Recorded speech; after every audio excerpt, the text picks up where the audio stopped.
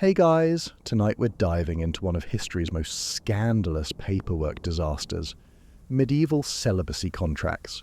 Picture yourself standing in a dimly lit monastery archive at midnight, surrounded by dusty parchments that contain secrets the Catholic Church spent centuries trying to hide. These aren't your typical religious documents filled with prayers and psalms. No, these are legal contracts written with the precision of modern corporate lawyers, complete with loopholes, escape clauses, and enough fine print to make your head spin. You're holding documents that reveal how medieval clergy turned celibacy into a game of contractual chess, where every rule had an exception and every exception had a price. The musty smell of ancient vellum fills your nostrils as you realize you're looking at evidence that would make even the most jaded divorce attorney raise an eyebrow. These contracts didn't just fail, they failed spectacularly, and you probably won't survive the sheer audacity of what these medieval priests thought they could get away with. So, before you get comfortable, take a moment to hit that like button and subscribe, but only if you're genuinely fascinated by historical hypocrisy at its finest. Drop a comment letting me know where you're listening from and what time it is in your corner of the world. I love seeing this community span across time zones. Now, settle in with your favourite blanket, maybe grab some herbal tea, and let's uncover the truth about what happened when the medieval church tried to regulate human nature with paperwork. The year is 1139, and you're witnessing Pope Innocent II's Second Lateran Council attempting something unprecedented, requiring all Catholic clergy to remain celibate through legally binding contracts. But here's where it gets interesting. These weren't simple vows whispered during ordination ceremonies. These were detailed legal documents that read more like prenuptial agreements than religious commitments. You can almost hear the scratching of quills as nervous scribes drafted language like, "The aforementioned cleric shall abstain from carnal knowledge of womankind, excepting circumstances of spiritual counsel requiring private consultation." Even medieval lawyers knew how to build in wiggle room. The contract specified everything from living arrangements to financial penalties, creating a bureaucratic web that would make modern tax code look straightforward. What's fascinating is how these documents reveal the Church's awareness that celibacy violations were inevitable. They didn't just prohibit marriage and sexual relationships, they created elaborate systems for managing the consequences. You're looking at history's first institutionalized don't ask, don't tell policy, complete with official channels for dealing with the unofficial reality that priests were human beings with human desires. The most shocking aspect, these contracts often included provisions for what historians politely call special circumstances. Translation: built-in excuses for breaking celibacy that were so creatively worded they'd make a defense attorney weep with professional admiration. Historians still argue whether these loopholes were intentional features or desperate damage control, but the evidence suggests medieval church officials knew exactly what they were doing. You're now transported to the Vatican's administrative chambers in 1139, where sleep-deprived church officials realize they've created a paperwork monster that would terrorize bureaucrats for centuries. Picture dozens of overwhelmed clerks hunched over desks, frantically trying to draft celibacy contracts for thousands of priests across Europe, while somehow making the impossible sound legally binding. The irony isn't lost on you. These men took vows of simplicity, yet they're drowning in documents more complex than modern mortgage agreements. Pope Innocent II paces the marble floors, probably wondering if requiring written contracts for something as personal as celibacy was his greatest mistake or his most brilliant political move. The Second Lateran Council didn't just announce celibacy requirements. It demanded documentation, verification, and legal enforcement mechanisms that transformed parish priests into reluctant contract lawyers overnight. You watch as scribes attempt to translate abstract spiritual concepts into concrete legal language. How do you define celibacy in a way that covers every possible loophole without writing a document longer than the Bible itself? The resulting contracts read like fever dreams of paranoid attorneys, clauses about avoiding the appearance of impropriety while maintaining pastoral duties, created linguistic gymnastics that would make Shakespeare dizzy. The real comedy begins when you realize these officials had to mass-produce thousands of individualized contracts. Every priest needed personalized documentation based on their specific circumstances, previous marriages, existing relationships, and regional variations in church law. Medieval Europe didn't have photocopiers or standardized forms. Every single contract required hand copying, with meticulous attention to legal detail. Church administrators quickly discovered that requiring documentation created more problems than it solved. Priests who couldn't read Latin needed translators. Bishops demanded legal review processes. Regional church authorities insisted on customization for local customs. What started as a simple celibacy requirement exploded into an administrative nightmare that generated more paperwork than actual compliance. The most absurd aspect was the witnessing requirements.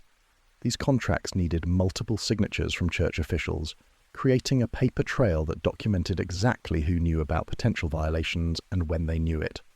You're looking at medieval Europe's first systematic creation of compromising evidence against its own religious hierarchy. Regional variations made everything worse. French bishops interpreted contract language differently than German prelates. English clergy demanded different terms than Italian priests. Spanish church officials created their own supplementary documents. The result was a patchwork of conflicting legal obligations that confused everyone involved, including the people supposedly enforcing them. Historians still argue whether this bureaucratic explosion was intentional misdirection, creating so much confusion that actual enforcement became impossible, or simply institutional incompetence on an epic scale. The evidence suggests both explanations contain truth. You can almost hear medieval filing cabinets groaning under the weight of documents that nobody fully understood but everyone feared to ignore. These contracts created a legal labyrinth where breaking celibacy became less about moral failure and more about contract violation, transforming sin into a paperwork problem that could theoretically be solved with better documentation. The Church had accidentally invented the world's first religious human resources department, complete with performance reviews, disciplinary procedures, and termination clauses that would make modern corporate executives proud. You're now examining the contracts themselves, and honestly, you'd be impressed if you weren't so horrified by the creative legal gymnastics these medieval clergy performed. Picture yourself as a forensic accountant, discovering elaborate tax evasion schemes, except instead of hidden offshore accounts, you're finding loopholes in celibacy contracts that would make modern divorce lawyers take notes. The most popular escape route was the spiritual marriage clause. Clever priests argued that their relationships were purely spiritual partnerships, designed to facilitate religious contemplation. Their contracts often included language about holy companionship for the advancement of divine understanding, which translated roughly to, "My girlfriend helps me pray better." You can practically see medieval judges rolling their eyes while reluctantly acknowledging the technical validity of these arguments. Then there's the definition game that would make any contract lawyer proud. What exactly constitutes celibacy? Medieval priests discovered that their contracts often failed to specify whether celibacy meant avoiding marriage, avoiding sexual relations, or avoiding both. Some contracts prohibited carnal knowledge, but said nothing about emotional relationships or cohabitation. Others banned marriage but remained suspiciously vague about temporary arrangements. The geographical loophole became legendary among enterprising clergy. Since different dioceses had different contract terms, priests could technically relocate to regions with more favourable celibacy interpretations. You're witnessing medieval Europe's first religious jurisdiction shopping, where clergy moved like modern corporations seeking better tax laws. A priest bound by strict Roman contracts might find himself mysteriously called to pastoral duties in remote alpine regions where local bishops interpreted celibacy requirements more creatively. Remember those complex bureaucratic procedures from earlier? They became weapons of administrative warfare. Priests learned to exploit procedural requirements by filing appeals, requesting clarifications, and demanding review processes that could delay enforcement for years. Some clergy became experts at generating paperwork storms that buried their violations under avalanches of legitimate administrative confusion.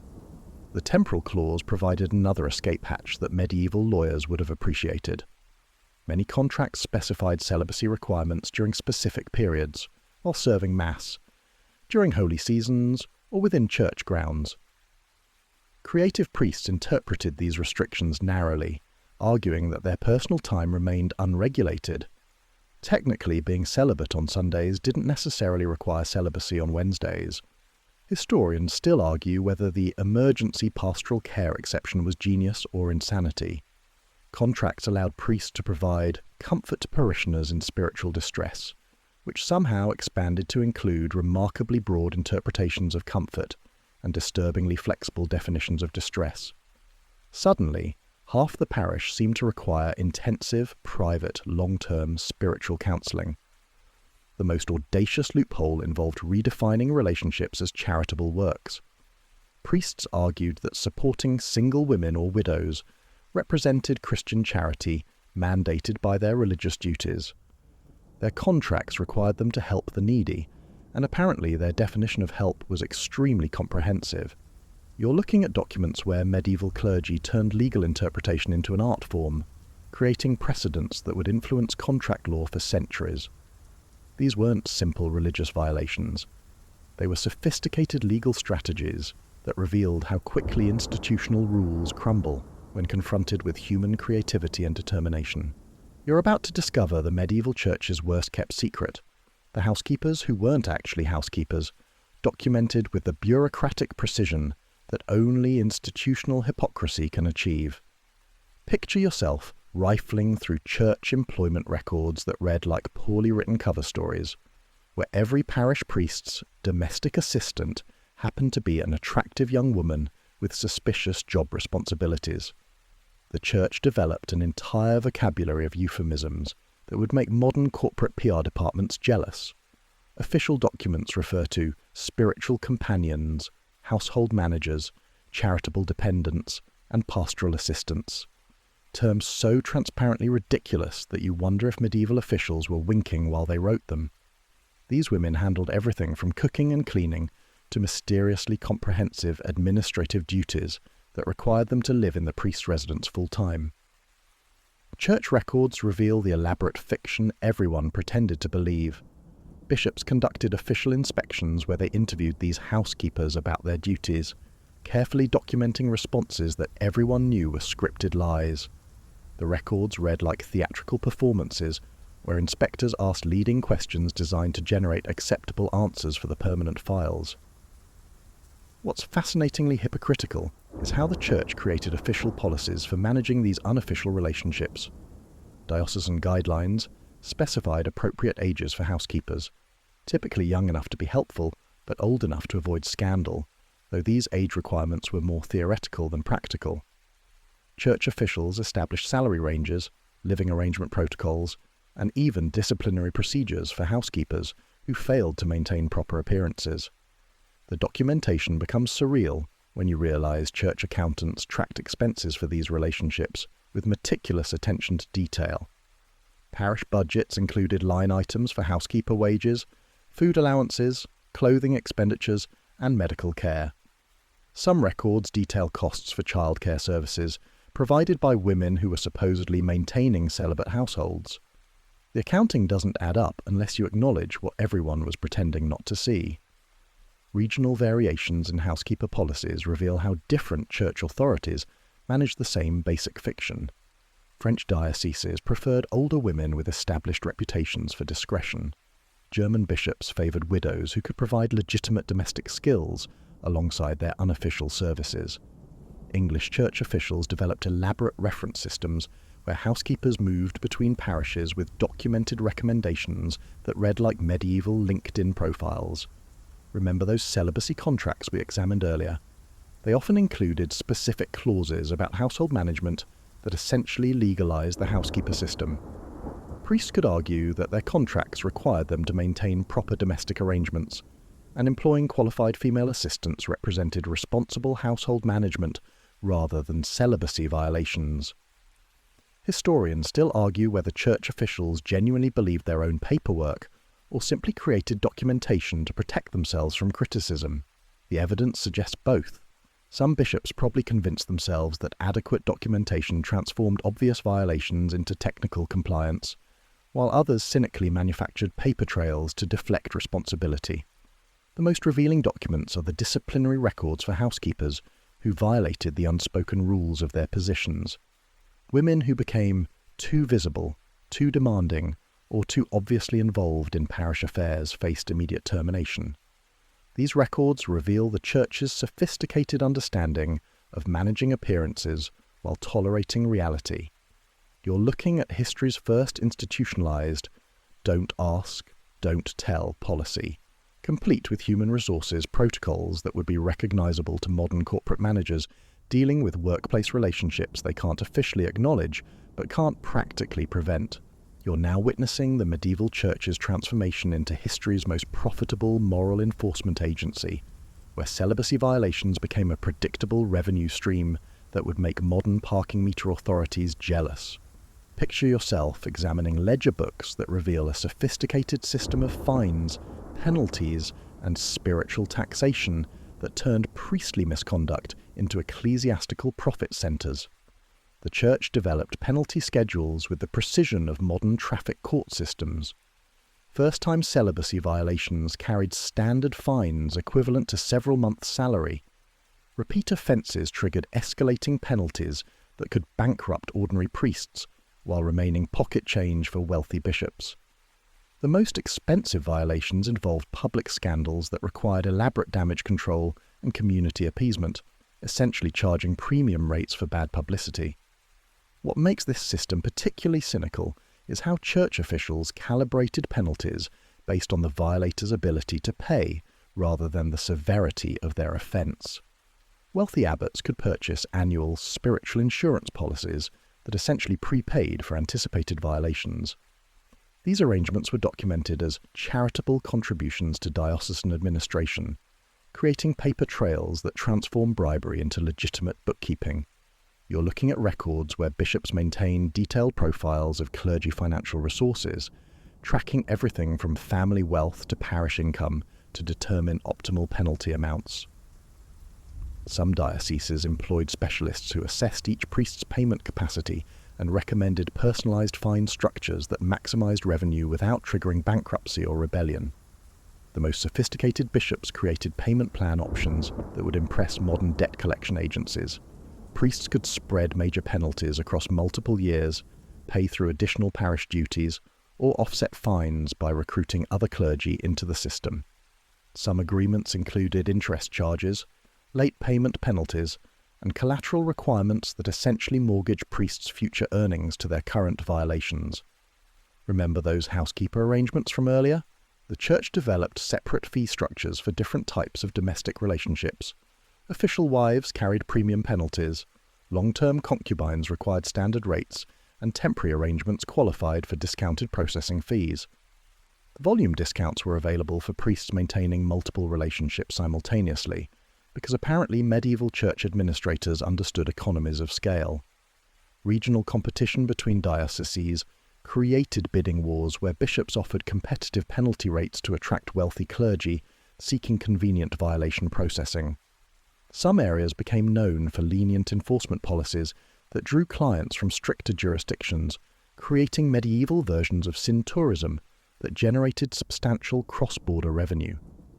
The blackmail potential was enormous and extensively documented. Church officials maintained comprehensive files on every violation, creating detailed records that could be weaponized during political disputes or succession battles. Bishops who challenged papal authority often found their historical indiscretions suddenly requiring expensive re-evaluation under updated penalty guidelines. Historians still argue whether this system represented intentional corruption or practical administrative necessity. The evidence suggests Church officials convinced themselves that financial penalties served legitimate spiritual purposes, making violation costs high enough to discourage repeated offences while generating revenue for important religious work. The most revealing aspect is how thoroughly the Church bureaucratized sin management. Violation processing required multiple departmental approvals, standardized documentation, quarterly reporting, and annual audits that created employment opportunities for hundreds of church administrators who specialized in moral accounting. You're examining the birth of institutional moral hazard, where the church's financial incentives directly conflicted with its stated mission of promoting spiritual purity. The system worked so well that some dioceses became financially dependent on violation revenue, creating perverse incentives to maintain moderate levels of misconduct, rather than eliminate it entirely. You're now witnessing the medieval equivalent of landmark Supreme Court cases, where married priests fought legal battles that would have made modern constitutional lawyers proud. Picture yourself in ecclesiastical courtrooms, where the fundamental question wasn't whether priests could marry, but whether they could stay married after the church changed its mind about what constituted acceptable clerical behavior. The legal chaos began when the 1139 celibacy requirements created a massive grandfather clause problem that nobody had properly anticipated. Thousands of legitimately married priests suddenly found their previously acceptable relationships transformed into contract violations overnight. These weren't cases of sneaky clergy exploiting loopholes. These were established families facing institutional upheaval that threatened their basic existence. Church courts became battlegrounds where married priests deployed arguments that would impress modern civil rights attorneys. They argued that retroactive application of celibacy contracts violated fundamental principles of canon law, citing precedents that predated papal authority and invoking regional traditions that superseded Roman mandates. Some priests hired actual lawyers, a practice that scandalized church officials who preferred handling these matters through internal administrative processes. The most successful legal strategy involved challenging the church's authority to dissolve existing marriages without proper theological justification. Married priests argued that their unions represented sacramental commitments that ranked equally with ordination vows, creating competing religious obligations that couldn't be resolved through simple contract modification. These cases forced church courts to develop elaborate theological jurisprudence about which sacraments took precedence over others. Regional variations in marriage law created jurisdictional nightmares that medieval legal scholars are still trying to untangle. French church courts recognized different marriage precedents than German ecclesiastical authorities. English priests could appeal to traditions that Italian bishops rejected as heretical. Spanish clergy cited Islamic legal influences that horrified Roman officials, but carried legitimate historical weight in reconquered territories. Remember those complex bureaucratic procedures we examined earlier? Married priests weaponized administrative requirements by demanding full legal review processes for every aspect of their cases.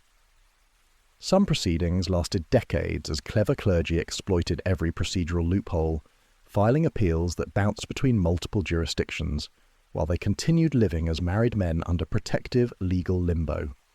The Church's response reveals institutional panic that would be comedic if it weren't so destructive.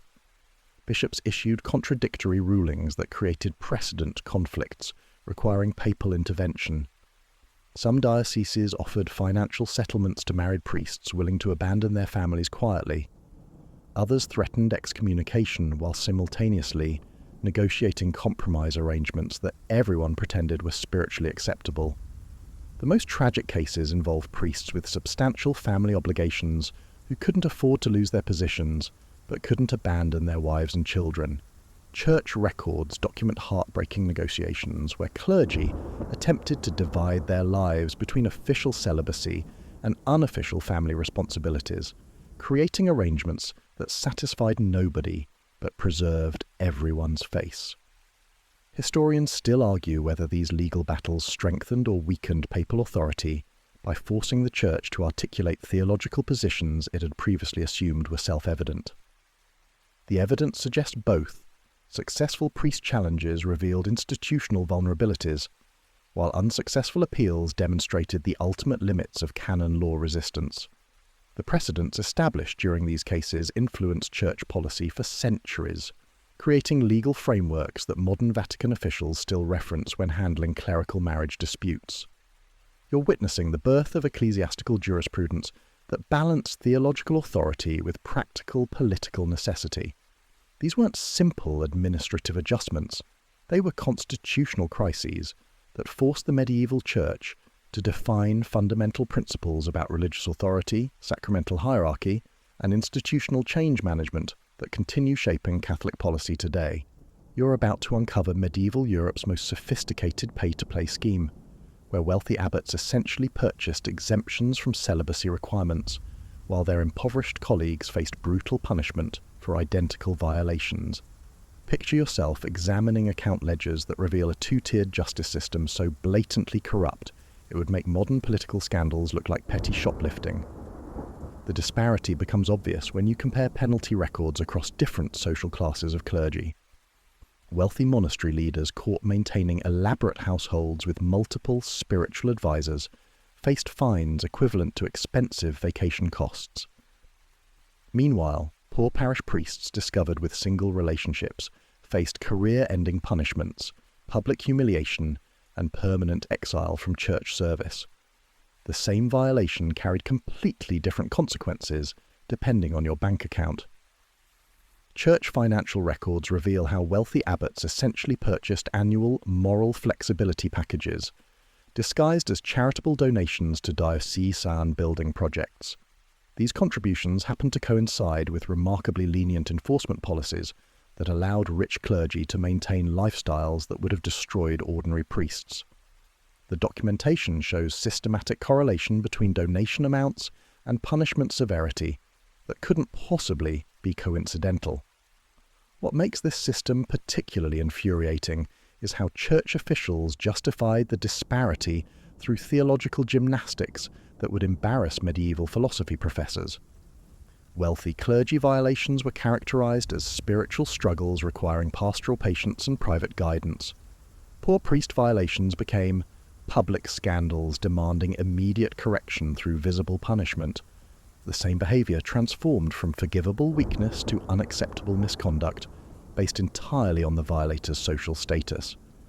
The most cynical aspect involved how wealthy monasteries essentially purchased immunity through strategic economic partnerships with enforcement authorities. Abbots who controlled substantial lands, trade relationships, or political connections found their celibacy contracts interpreted with remarkable creativity. Church inspectors who discovered obvious violations somehow concluded that wealthy clergy were maintaining appropriate spiritual boundaries, while identical situations involving poor priests constituted clear moral failures. Remember those regional jurisdictional competitions we discussed earlier? Wealthy clergy exploited these differences by relocating to dioceses, offering premium service packages for high-value clients. Some bishops developed reputations as specialists in handling wealthy violators discreetly, creating medieval versions of elite legal services that catered exclusively to clients who could afford top-tier moral representation. The documentation reveals how church accountants developed sophisticated methods for disguising bribery as legitimate religious transactions. Wealthy abbots made emergency donations for chapel renovations that coincidentally occurred immediately before major violation investigations. Some paid for expensive religious art purchases that happened to equal the standard penalties for their specific offences, creating paper trails that transformed obvious corruption into cultural patronage. Poor priests faced an entirely different enforcement regime that treated identical violations as existential threats to church authority. Their cases received maximum publicity designed to demonstrate institutional moral seriousness, while simultaneously protecting wealthy violators through discreet private arrangements. The Church essentially used poor clergy as public relations sacrifices to maintain credibility while protecting lucrative relationships with wealthy clients. Regional bishops competed for wealthy monastery business by offering increasingly favourable violation processing services. Some dioceses developed premium investigation procedures that guaranteed discreet handling, minimal documentation, and favourable conclusions for clients who could afford enhanced spiritual counselling services. Historians still argue whether church officials recognised the moral bankruptcy of their two-tiered system or genuinely believed that wealthy clergy deserved different treatment due to their greater spiritual responsibilities. The evidence suggests most bishops understood exactly what they were doing, but justified it through elaborate theological reasoning that prioritized institutional financial stability over moral consistency. You're examining the birth of religious cronyism that would influence church politics for centuries, creating precedents where spiritual authority became subordinate to economic power in ways that continue shaping Catholic institutional culture today. You're now discovering the medieval church's most closely guarded secret, an elaborate underground network supporting priests' illegitimate children that operated with the efficiency of a modern social services agency. Picture yourself uncovering adoption records, inheritance documents, and financial support systems that reveal how the Church transformed its celibacy crisis into a comprehensive child welfare operation that nobody was supposed to acknowledge existed. The scale of this network becomes staggering when you examine the documentation. Church records reveal thousands of children officially classified as foundlings, charitable dependents, or monastery wards, who shared suspicious physical resemblances with specific clergy members. These weren't random acts of Christian charity. They were systematic family support operations disguised as religious philanthropy, with paperwork trails that would impress modern adoption agencies. What's most remarkable is how sophisticated these arrangements became over time. The Church developed specialized institutions that served as unofficial boarding schools for clergy children, complete with educational programs designed to prepare them for careers that wouldn't embarrass their fathers. Many of these children received better education and financial support than legitimate offspring of ordinary families, creating an aristocratic class of ecclesiastical bastards who often achieved significant social success. The inheritance battles provide the most dramatic evidence of these hidden family networks. Church courts processed hundreds of cases involving clergy children claiming rights to family property, monastery resources, or even ecclesiastical positions. Some priests wrote elaborate wills that attempted to provide for their offspring through complex trust arrangements that avoided explicit acknowledgement of paternity while ensuring financial security. Remember those housekeeper arrangements we examined earlier? Many evolved into multi-generational family structures where clergy children grew up in parish households, officially designated as servants or charitable dependents while receiving treatment indistinguishable from legitimate family members. Church inspection records reveal investigators carefully ignoring obvious family relationships that would have required uncomfortable administrative responses. The Church developed an entire bureaucracy for managing these unofficial families without officially recognizing them. Specialized administrators handled charitable case management for clergy dependents, processing educational expenses, medical care, housing arrangements, and career placement services. These officials became expert at creating documentation that provided comprehensive family support while maintaining plausible legal deniability. Regional variations in child support systems reveal how different church authorities balanced moral appearances with practical family obligations. French dioceses developed elaborate foster care networks that distributed clergy children among trustworthy families. German bishops created monastery-based educational programs that transformed illegitimate offspring into productive church employees. English authorities pioneered placement services that helped clergy children establish independent careers outside church service. The most tragic cases involved clergy children who achieved significant success but couldn't publicly acknowledge their fathers due to institutional secrecy requirements. Church records document heartbreaking situations where accomplished individuals maintained lifelong relationships with their priest fathers while pretending to be unrelated charitable recipients or family friends. Some clergy children exploited their unofficial status for personal advantage, using their father's influence to advance their careers while avoiding the social restrictions that limited legitimate clerical families. These arrangements created a shadow aristocracy of ecclesiastical offspring who wielded substantial power behind the scenes of medieval religious politics. Historians still argue whether this comprehensive support system represented genuine pastoral care for vulnerable children or cynical damage control designed to prevent public scandals. The evidence suggests both motivations operated simultaneously. Church officials genuinely cared about clergy children's welfare, while primarily focusing on protecting institutional reputation. The inheritance disputes reveal how extensively these family networks influenced medieval property law, creating precedents about illegitimate inheritance rights that shaped legal systems across Europe. You're looking at documentation that transformed private moral failures into complex legal frameworks governing family relationships, property rights, and social mobility.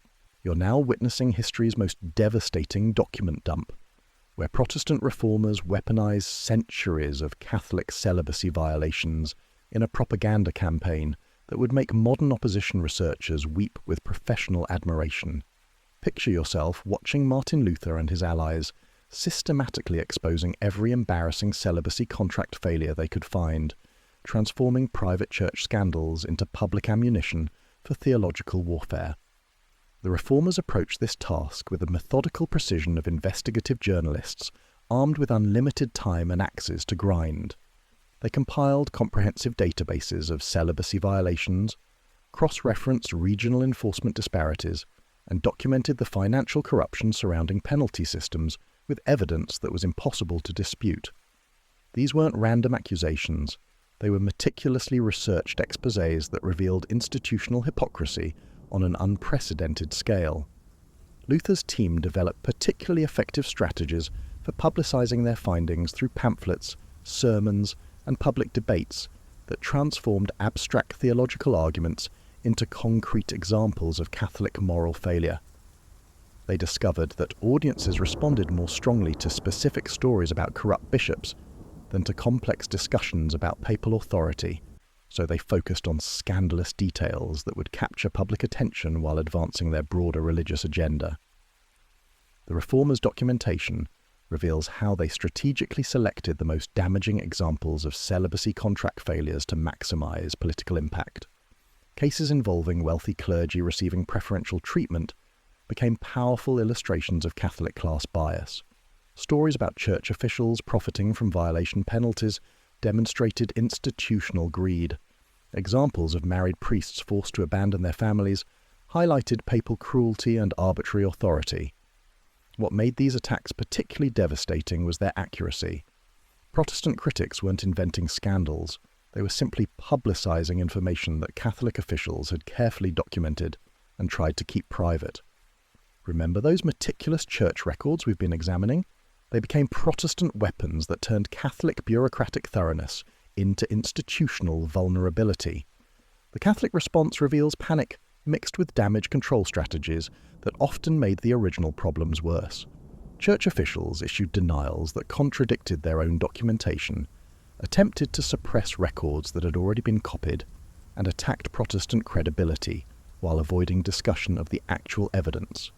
These defensive maneuvers often generated more negative publicity than the original accusations. Regional variations in Protestant criticism reveal how different reformer groups tailored their attacks to local political conditions. German reformers emphasized economic corruption that resonated with audiences frustrated by church taxation. English critics focused on papal interference in national religious affairs. Swiss protesters highlighted democratic principles that conflicted with hierarchical Catholic authority structures. The Reformers transformed individual celibacy violations into systematic critiques of Catholic theology by arguing that institutional moral failure proved fundamental doctrinal errors. They claimed that widespread celibacy contract violations demonstrated the impossibility of mandatory priestly celibacy, which proved that Catholic requirements contradicted natural law, which implied that papal authority was illegitimate. Historians still argue whether Protestant attacks on Catholic celibacy practices represented genuine moral outrage or opportunistic political calculation. The evidence suggests both motivations operated simultaneously. Reformers were genuinely scandalized by Catholic hypocrisy, while strategically exploiting these scandals to advance their broader religious and political agenda. The long-term impact of these revelations extended far beyond immediate Protestant-Catholic conflicts.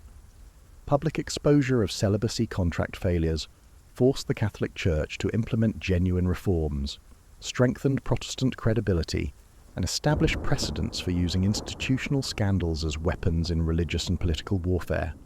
You're witnessing the birth of modern investigative journalism applied to religious institutions, where systematic documentation of institutional failures became a powerful tool for challenging established authority. These techniques would influence political opposition research, reform movements, and accountability journalism for centuries, you're about to uncover the medieval church's most explosive secret: how female religious orders created their own radical interpretation of celibacy contracts that scandalized even the most jaded church officials. Picture yourself discovering convent records that reveal nuns weren't passive victims of male clerical authority, but active participants in redefining religious celibacy through creative contract interpretation that would make feminist legal scholars proud. The evidence begins with seemingly innocent modifications to standard religious vows that contained revolutionary implications hidden in plain sight. Female religious communities developed alternative language for their celibacy commitments that emphasized spiritual partnership and divine union in ways that opened remarkable theological loopholes. These weren't accidental word choices. They were deliberate attempts to create space for relationships that male authorities would have condemned in masculine religious contexts. What makes these modifications particularly brilliant is how nuns exploited the medieval church's discomfort with closely examining female religious experience. Male bishops, who would scrutinize every clause of priests' celibacy contracts, often approved convent vows without careful review, assuming that female religious commitment was naturally more pure and less problematic than masculine spirituality. This assumption created opportunities for creative interpretation that many nuns seized enthusiastically. Convent records reveal sophisticated networks of spiritual friendships that operated within technically compliant celibacy frameworks, while clearly violating the intended spirit of religious separation. These relationships were documented as prayer partnerships, theological study groups, or charitable collaboration projects that required intimate personal connection and frequent private consultation. The paperwork looked appropriately religious while describing arrangements that were obviously much more complex. The most scandalous discoveries involve what historians carefully term mystical marriage ceremonies, performed between nuns who claimed their relationships represented spiritual unions that transcended earthly restrictions on religious celibacy. These ceremonies were documented as private prayer services or meditation rituals, creating official records that protected participants from accusations of contract violation while acknowledging relationships that would have horrified male church authorities. Remember those regional variations in contract interpretation we've discussed. Female religious communities exploited geographical differences even more creatively than male clergy, establishing convents in areas where local bishops maintained flexible approaches to feminine religious expression. Some communities relocated entirely when enforcement policies became too restrictive, creating mobile networks of religious women who stayed ahead of institutional oversight. The financial aspects of these arrangements reveal economic independence that contradicted medieval assumptions about feminine religious dependence. Convents developed sophisticated business partnerships disguised as charitable activities, generating revenue streams that funded elaborate lifestyles for religious women who were supposed to maintain poverty vows alongside their celibacy commitments. These economic networks provided resources for relationships that would have been impossible under strict institutional supervision. Cross-dressing cases provide the most dramatic evidence of creative celibacy contract interpretation. Church records document numerous instances of nuns who adopted masculine identities to enter relationships with other women while technically maintaining their religious vows. Some lived as men for decades, achieving positions of authority within male religious communities while maintaining secret relationships with female partners who were officially recognized as spiritual advisors or household servants. The international scope of these networks becomes apparent when you examine correspondence between convents across different countries. Female religious communities shared strategies for managing difficult bishops, circulated successful contract language modifications, and provided mutual support for nuns facing investigation or punishment. These communications reveal organizational sophistication that rivaled any masculine religious institution. Historians still argue whether these arrangements represented genuine religious innovation or simple rebellion against oppressive institutional restrictions. The evidence suggests that female religious communities developed theology and practice that was both spiritually meaningful and practically liberating, creating space for relationships that enriched their religious experience while challenging masculine authority structures. You're witnessing the birth of feminist theology that would influence women's religious movements for centuries, establishing precedents for creative interpretation of religious authority that continue shaping contemporary discussions about gender, sexuality, and spiritual expression. You're now witnessing the medieval equivalent of luxury shopping, where wealthy clergy purchased papal pardons like modern celebrities buying designer handbags, except these purchases involved eternal salvation and carried price tags that would make billionaires blink. Picture yourself in the Vatican's most exclusive boutique, where papal dispensations were custom-tailored for clients who could afford premium spiritual services with guaranteed discretion and expedited processing. The papal pardon marketplace operated with commercial sophistication that would impress modern luxury retailers. Church officials developed detailed catalogues of available dispensations, each with specific pricing structures based on violation severity, client prominence, and market demand. Standard celibacy violations carried baseline rates, while exotic spiritual infractions required premium pricing for specialized theological consultation and custom documentation services. What makes this system particularly breathtaking is how church officials created different service tiers that catered to various wealth levels and discretion requirements. Basic pardons provided simple violation forgiveness with minimal paperwork. Premium packages included retroactive authorization for ongoing relationships, future violation pre-approval, and comprehensive legal protection against episcopal interference. The deluxe service offered complete moral immunity with papal authentication that superseded all local church authority. The shopping experience itself reveals institutional cynicism that would scandalize modern religious believers. Wealthy clients could browse available dispensations through discreet intermediaries who specialized in matching spiritual needs with appropriate papal products. These religious brokers maintained detailed knowledge of pricing trends, processing timelines, and quality differences between various forgiveness options, essentially functioning as luxury spiritual concierges. Remember those regional enforcement variations we've examined? The papal pardon system created a parallel jurisdiction that superseded local church authority through direct Vatican transactions. Clergy who purchased papal dispensations could essentially ignore diocesan bishops, regional enforcement policies, and traditional accountability mechanisms by producing documentation that granted them special immunity from standard religious oversight. The pricing structures reveal economic principles that medieval church officials understood better than most contemporary merchants.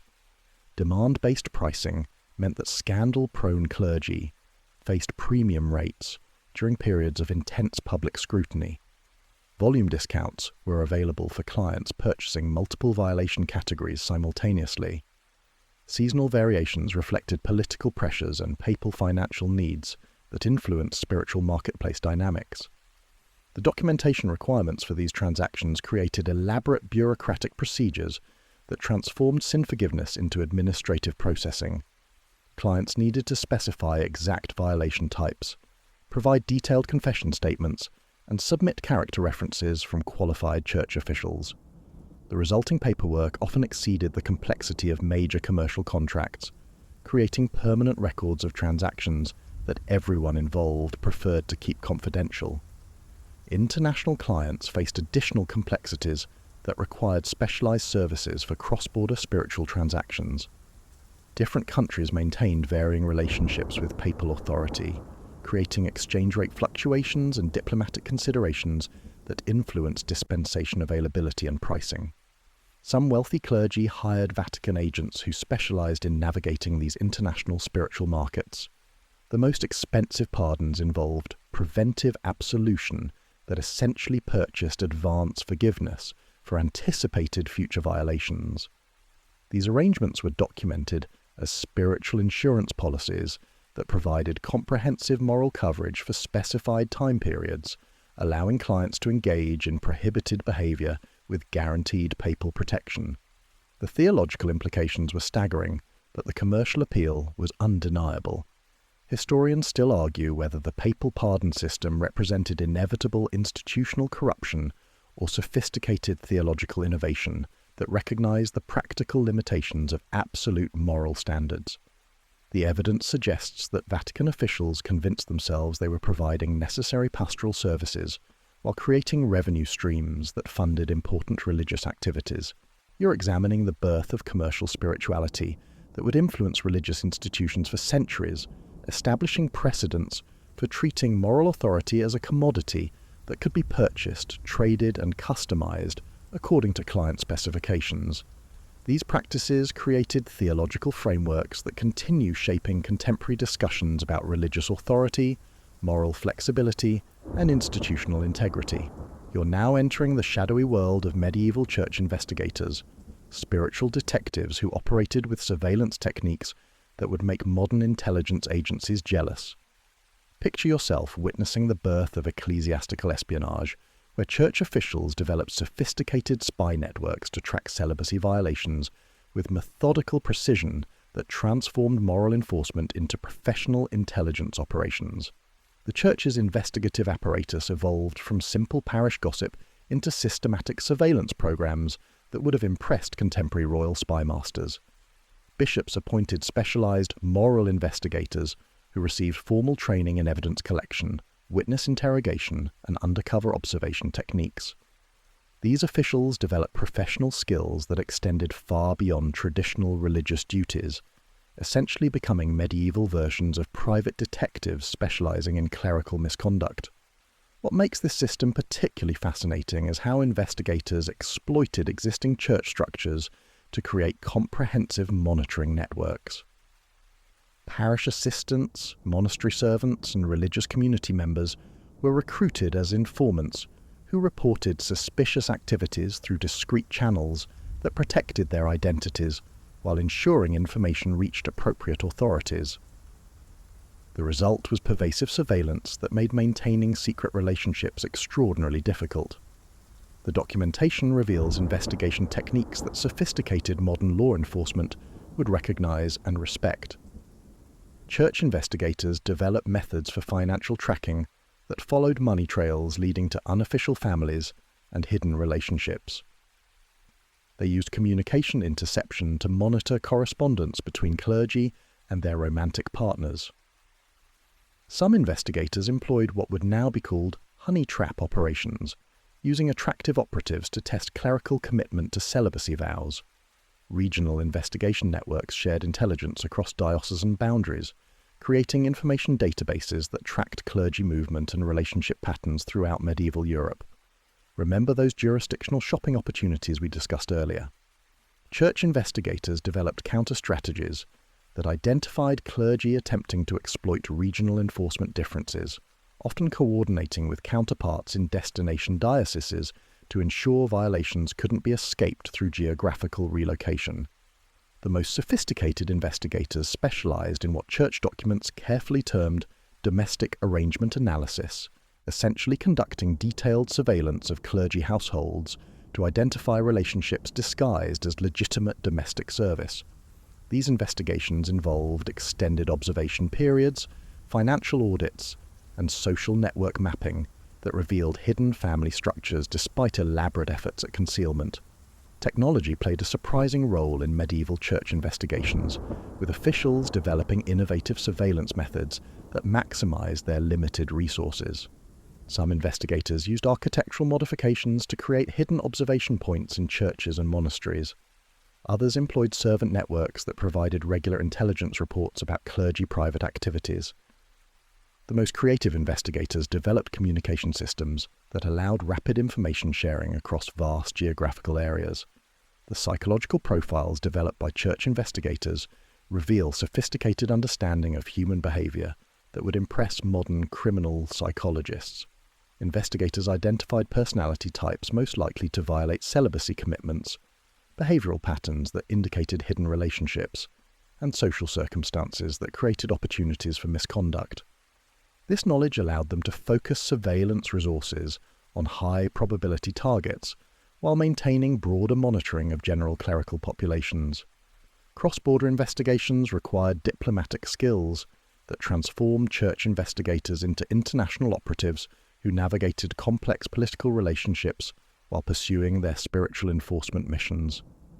Some investigators developed cover identities that allowed them to operate across multiple kingdoms, gathering intelligence about clergy violations while maintaining their official church positions. The most revealing aspect of these investigation records is how thoroughly church officials documented their surveillance activities, creating permanent archives that preserve detailed information about methods, targets, and results. These records reveal institutional commitment to systematic moral enforcement that extended far beyond casual oversight into professional intelligence operations. Historians still argue whether this surveillance apparatus represented necessary institutional quality control or authoritarian overreach that violated fundamental privacy expectations. The evidence suggests that church investigators genuinely believed their activities served important spiritual purposes while creating institutional power structures that would influence religious authority relationships for centuries. You're witnessing the birth of religious intelligence services that established precedents for institutional surveillance, accountability enforcement, and authority maintenance that continue shaping contemporary discussions about privacy, oversight, and organizationals. You're about to witness medieval Europe's greatest religious identity crisis, where different regions interpreted identical celibacy contracts so differently that priests could cross a border and discover their marriage was suddenly legal, or their celibacy was now insufficient.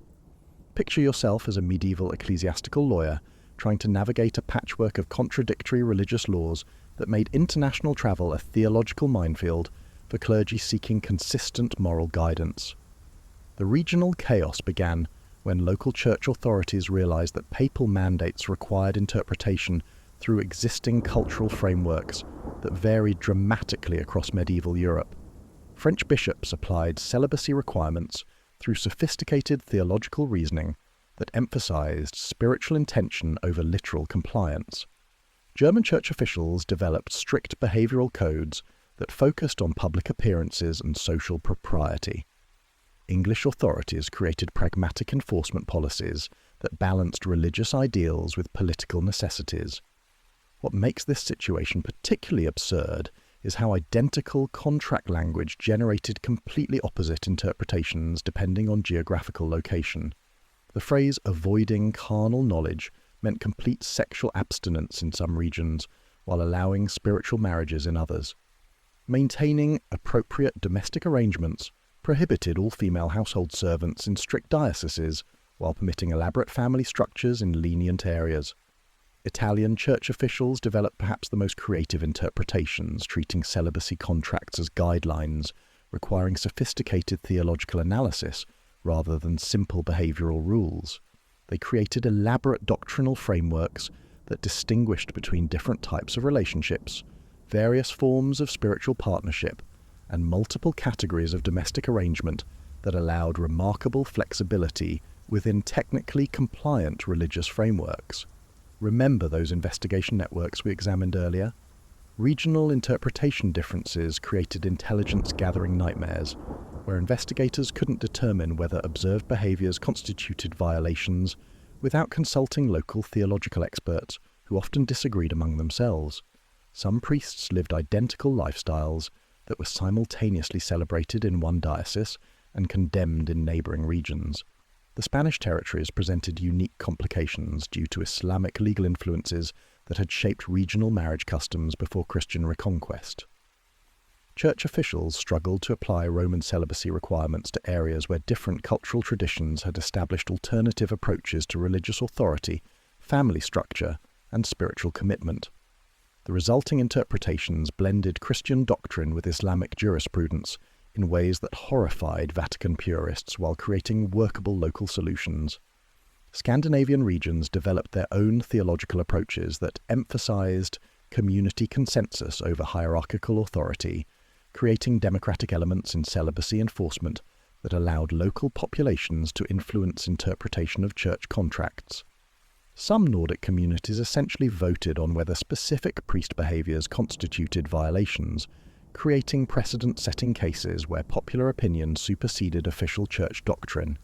The most chaotic situations occurred in border regions where clergy might serve communities subject to multiple jurisdictions simultaneously.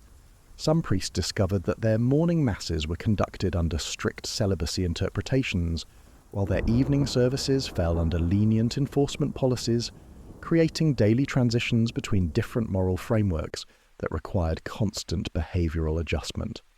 International church councils became battlegrounds where regional representatives argued for their particular interpretation approaches while attempting to establish universal standards that everyone could accept. These debates revealed fundamental theological disagreements about the nature of religious authority, the relationship between universal doctrine and local custom, and the practical limits of institutional control over individual behaviour. The economic implications were staggering, as merchants and political authorities realised that church interpretation differences created arbitrage opportunities for religious services. Wealthy clients could essentially shop for favourable theological interpretations by relocating to regions offering preferred spiritual frameworks, creating religious tourism that generated significant revenue for accommodating dioceses. Historians still argue whether this regional interpretation chaos represented healthy theological diversity or dangerous institutional fragmentation that undermined church authority. The evidence suggests both perspectives contain truth. Local interpretation, flexibility allowed the church to adapt to diverse cultural conditions while creating enforcement inconsistencies that weakened universal religious authority. You're witnessing the birth of religious federalism that would influence church governance for centuries, establishing precedents for balancing central authority with local autonomy that continue shaping contemporary discussions about institutional unity, cultural adaptation, and organizational flexibility in religious institutions. You're now witnessing the medieval church's most heartbreaking administrative nightmare, the grandfathering debate that pitted institutional reform against basic human decency in ways that would make modern HR departments curl up in ethical horror. Picture yourself watching church officials struggle with what to do about thousands of existing priest families when new celibacy rules suddenly transformed previously acceptable relationships into career-ending violations overnight. The scope of the problem becomes staggering when you examine demographic records from the period immediately following the 1139 celibacy mandates. Church surveys revealed that roughly 60% of parish priests maintained some form of family relationship that would require dissolution under strict interpretation of new requirements. These weren't isolated cases of clerical misconduct. They represented the mainstream reality of medieval religious life that institutional reform was attempting to eliminate through administrative decree. What makes this situation particularly tragic is how church officials recognized the human cost of their policy changes while feeling powerless to address the practical consequences of institutional transformation. Internal church correspondence reveals genuine anguish among bishops who understood that enforcing new celibacy requirements would destroy thousands of families while potentially triggering massive clerical resignations that could collapse parish services across entire regions. The Church developed multiple approaches to managing this transition, each creating different forms of injustice that satisfied nobody while generating maximum human suffering. Some dioceses offered financial settlements to priest families willing to separate quietly, essentially paying wives and children to disappear from church communities where they had lived openly for years. Other regions implemented gradual enforcement timelines that allowed existing relationships to continue while prohibiting new family formation. Remember those regional interpretation differences we just examined? They became weapons in generational warfare as older priests fought to protect established families, while younger clergy embraced strict celibacy requirements as pathways to career advancement. Church communities fractured along age lines that created bitter conflicts between traditional religious practice and reformist institutional vision. The most heartbreaking cases involved elderly priests with adult children who'd grown up in parish communities, expecting to inherit their father's religious positions. Medieval church tradition often treated clerical roles as quasi-hereditary occupations, where sons naturally succeeded their priest fathers, creating family dynasties that spanned multiple generations. New celibacy requirements shattered these expectations while offering no alternative career pathways for displaced clerical families. Some regions attempted compromise solutions that satisfied nobody while maximizing administrative complexity. Bishops created special categories for legacy clergy, who could maintain existing families while accepting reduced authority and limited career advancement opportunities. These arrangements generated resentment from strict celibacy advocates who viewed compromises as institutional weakness, while failing to provide adequate protection for grandfathered families facing social stigma and economic uncertainty. The children caught in these transitions face particularly cruel circumstances as their social identities transformed from respected members of religious communities into embarrassing reminders of institutional policy failures. Church records document numerous cases of young adults who discovered their career prospects destroyed by their father's changing clerical status, creating generational trauma that extended far beyond immediate family members. International variations in grandfathering policies created refugee crises as priest families relocated to regions offering more favourable transition arrangements. Some areas became destinations for displaced clerical families, seeking communities where their relationships could continue without legal or social persecution, creating demographic shifts that influenced regional church culture for decades. The economic implications were devastating for communities that had developed around traditional clerical family structures. Parish economies that depended on priest wives' domestic services, children's agricultural labour, and extended family business relationships collapsed when celibacy enforcement separated these economic networks, creating community-wide poverty that persisted long after the initial policy implementation.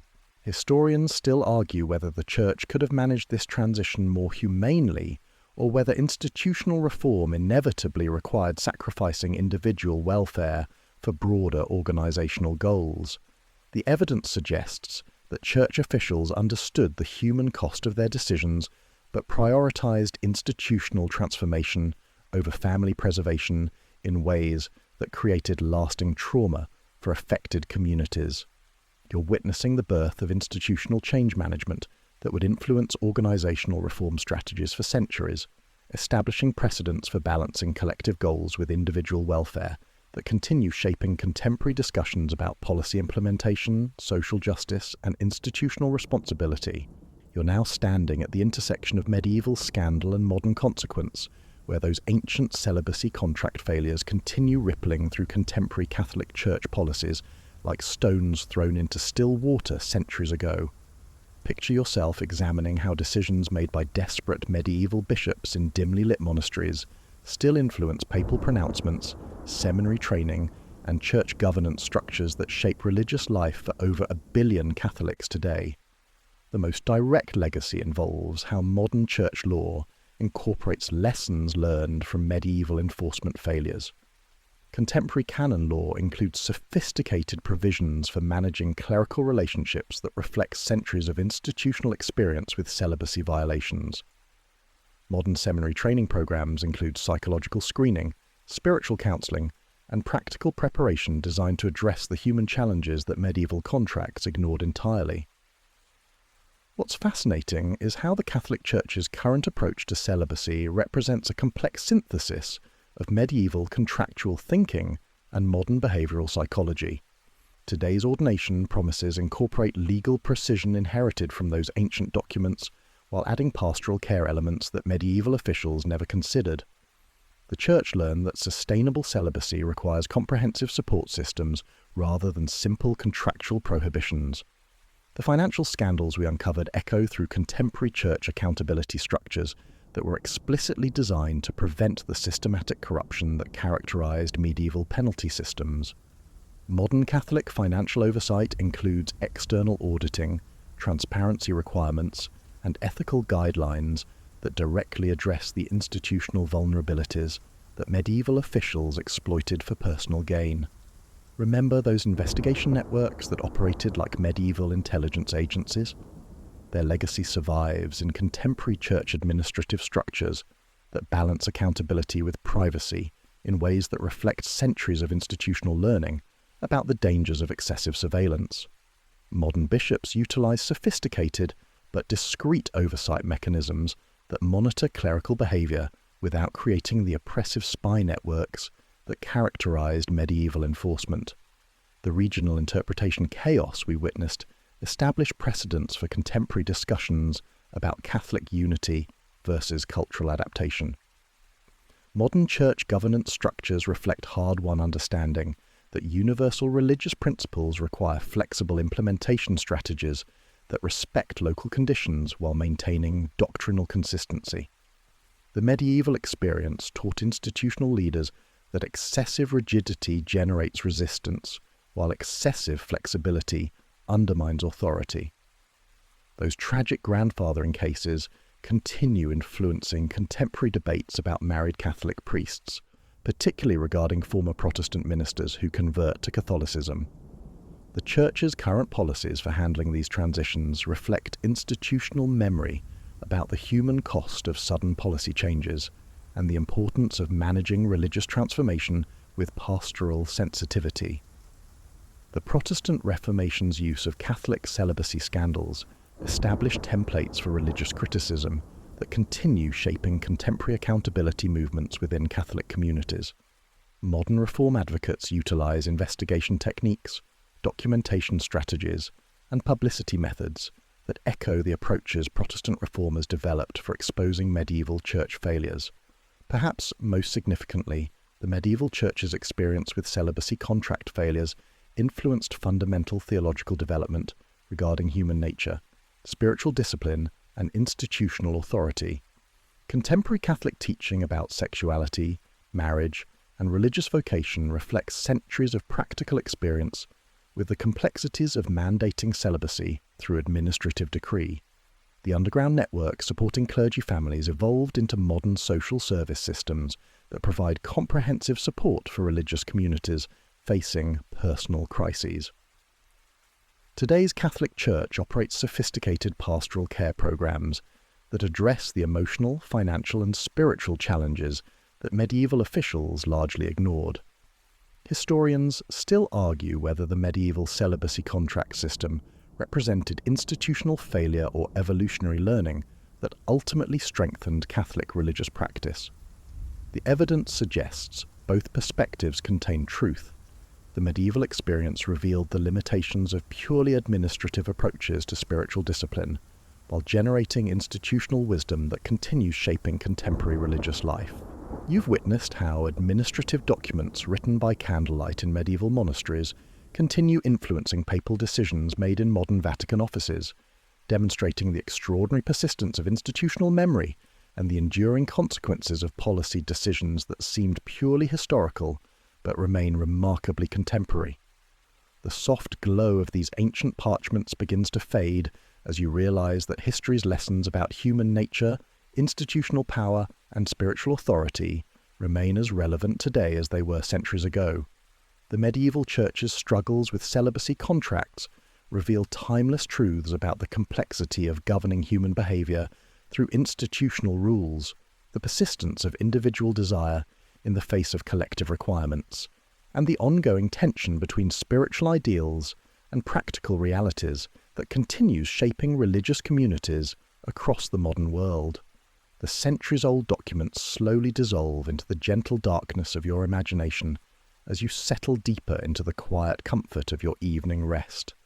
Those medieval scribes, with their careful quills and worried expressions, fade into the soft shadows of history, their urgent concerns about contracts and compliance becoming distant whispers that blend with the peaceful rhythm of your breathing. The scandal and intrigue that once kept bishops awake in their cold monastery cells now serves a different purpose, gently carrying you toward the warm embrace of sleep. The complex web of medieval bureaucracy, with all its loopholes and contradictions, transforms into a soothing background murmur that reminds you how even the most pressing concerns of any era eventually find their place in the vast, peaceful continuum of human experience. As your eyelids grow heavy, you might smile at the thought that those anxious medieval church officials, despite all their elaborate contracts and careful documentation, never could have imagined their administrative struggles would one day serve as bedtime stories for people living in a world they couldn't possibly comprehend. Their urgent paperwork has become your gentle pathway to rest. The ancient monasteries stand silent now in the moonlight, their archives holding secrets that no longer shock or scandalize, but simply remind us that humans have always been beautifully, imperfectly human. The same moonlight that once illuminated worried medieval faces now streams softly through your window, carrying you toward dreams where no contracts are needed and all complications dissolve into the simple, eternal peace of a good night's sleep. Sweet dreams, and may your rest be as deep and peaceful as those ancient monastery walls that have kept their secrets safe for so many centuries.